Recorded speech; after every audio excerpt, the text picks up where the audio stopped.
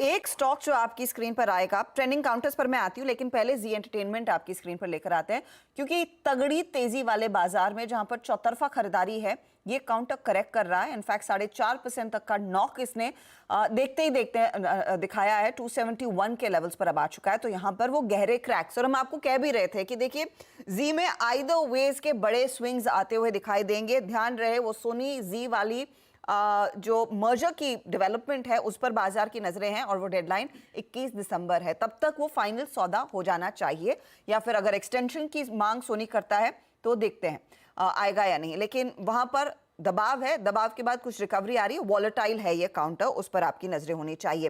Trend कहां पर तेजी का है? आईटी काउंटर्स जो हम सुबह में कह रहे थे, आंख बंद करके अगर आप कोई भी आईटी स्टॉक ले लेते तो वहां पर तेजी की पोजीशन बनती हुई दिखाई दी थी, और मेरे ख्याल में वही लीडर्स ऑफ द पैक है। बिल्कुल हर्षदा, और बिल्कुल जी पर जी में आप पैसा नहीं बना सकते। जी में रिटेल पैसा नहीं बना सकता। बहुत सिंपल चीज़ है ये। बड़े लोगों का गेम है। उनके पास ही रहने दीजिए। बैन में आ जाता है, आप कुछ कर नहीं सकते, शॉर्ट नहीं कर सकते, लॉन्ग में एवरेज नहीं कर सकते, कुछ नहीं कर सकते, उसको छोड़ दीजिए, कोई दिक्कत नहीं है। चलिए कुछ ट्रेंडिंग स्टॉक देख लें, उसके बाद आएंगे आज के क्रम पर। स्क्रीन पर रखते हैं सारे के सारे ट्रेंडिंग स्टॉक्स, और ऑब्वियसली तेज़ी वाले स्टॉक्स पर फोकस रहेगा। सबसे ऊपर आईटी स्टॉक्स दिखेंगे आपको सारे के सारे, LTI Mindtree, Infosys, HCL tech, और एक इकलौता बजाज फाइनेंस यहाँ पर नॉन आईटी स्टॉक। और FNO में सेल टॉप गेनर बैन से बाहर आया, एम्फेसिस, इंडस टावर और गोदरेज प्रॉपर्टीज़, ये कुछ स्टॉक्स हैं जहाँ पर आपको शानदार मोमेंटम दिखेगा। गिरने वाले शेयरों में HDFC life, power grid, PI industries और मैक्स फाइनेंशियल ये शामिल हैं। चलिए आपको बताते हैं हमारे साथ जो पैनल जुड़ने वाला है, फंडामेंटल राय देने के लिए हमारे साथ राजेश अग्रवाल जुड़ेंगे। टेक्निकल कॉल्स के थ्रू कमाई कराने के लिए हमारे साथ होंगे प्रकाश काबा, मानस जायसवाल, रचना वैद्य, शिल्पा राउत और जतिन गेड़िया। 2:15 पर आईटी शेयरों में जोरदार तेजी क्यों है, डिटेल्स देंगे आशीष वर्मा। 2:30 बजे मेटल्स में क्या चल रहा है बताएंगी मनीषा गुप्ता। 2:45 पर यतिन बताएंगे वेदांता की क्यों बड़ी मुश्किलें। 2:50 पर बिग मार्केट वॉइस में आज हमारे साथ होंगे ASK हेज सोल्यूशन के CEO वैभव सांघवी। और 3:10 पर BTSD या STBT कॉल्स। एक और स्टॉक लेकर आइए जरा, M&M फाइनेंस का, उसके बाद मैं इस क्रम की शुरुआत करूंगा।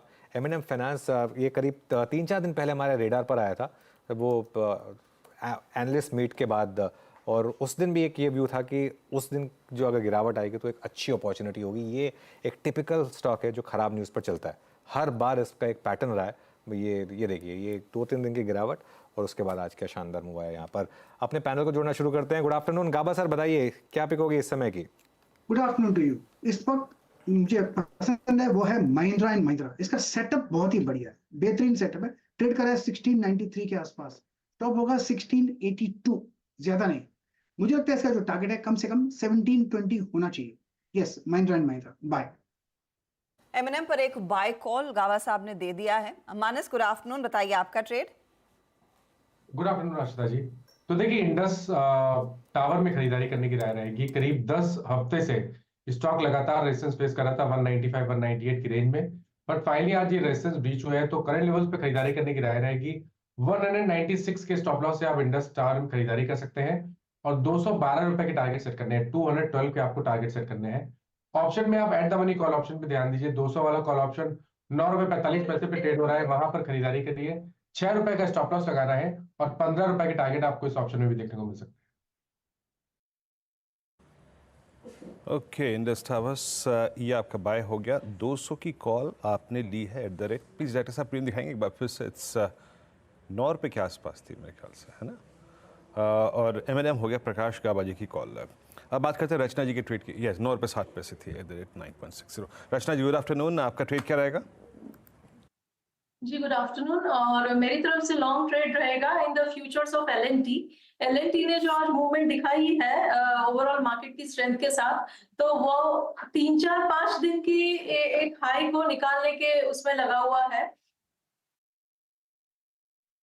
और काफी अभी दूर है, और ट्रेंडिंग काउंटर है ये, तो यहाँ पे फर्दर मूवमेंट कंटिन्यू होने के पूरे चांसेस है। फ्यूचर्स के हिसाब से 3430 पे ये ट्रेड कर रहा है। अगर हम फ्यूचर्स पे 3400 का एसएल लगा के इसको लॉन्ग करेंगे, एंड अगर हम पोजीशन को कैरी करेंगे, तो हमारा यहाँ पे पहला टारगेट होना चाहिए 3475, and second target will be 3500। Okay, चलिए ये होगी बात लार्सन एंड ट्यूब्रो की। शिल्पा जी जुड़ी हमारे साथ। शिल्पा जी, गुड आफ्टरनून, बताइए अब आपकी क्या ट्रेड रहेगी? अनुज जी, मेरा अभी ध्यान चोला फाइनेंस में जा रहा है। चोला फाइनेंस फ्यूचर्स 1232 पे ट्रेड कर रहा है। यहाँ पे 1210 के स्टॉप लॉस से एक लॉन्ग लिया जा सकता है, पर टारगेट स्टिल 1280 से 1300।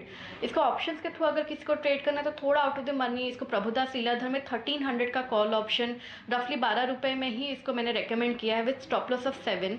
तो यहाँ पे टारगेट्स ऑफ 19 से लेके 25 तक एक्सपेक्टेड है। ओके तो ये फिलहाल चोला इन्वेस्टमेंट, और मुझे याद है राजेश सातपुते का ट्रेड था, कल मेंशन किया, आज सुबह में इसका जिक्र हो रहा था।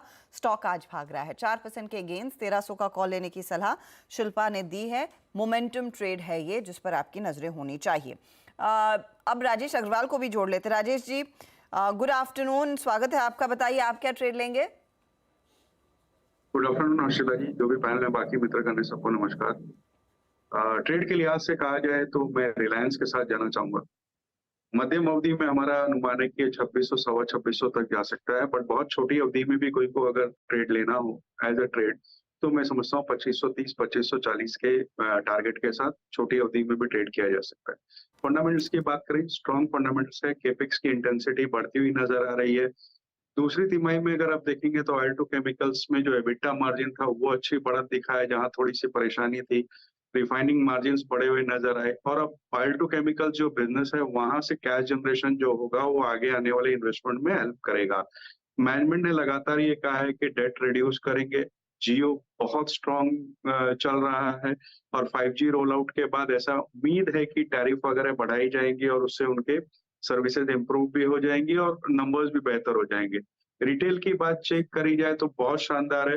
ऐसी कंपनी है जो 800 के करीब करीब रिटेल स्टोर्स हर तिमाही में जोड़ रही है। मार्च 31 के अंत तक अगर देखी जाए तो 18,000 के ऊपर के इनकी रिटेल स्टोर्स थी। ऑल इन ऑल फंडामेंटली बहुत स्ट्रांग है, और मैं समझता हूँ जब भी कॉर्पोरेट एक्शन कुछ भी अनाउंस होता है जियो और रिटेल को लेकर के बड़ा अपसाइड हो सकता है, बट मध्यम अवधि में 2600 सवा 2600, छोटी अवधि में 2530 के आसपास के टारगेट के साथ ये खरीदारी करनी। Okay Rajesh ji, good afternoon. बहुत दिनों बाद दर्शन दिया आपने।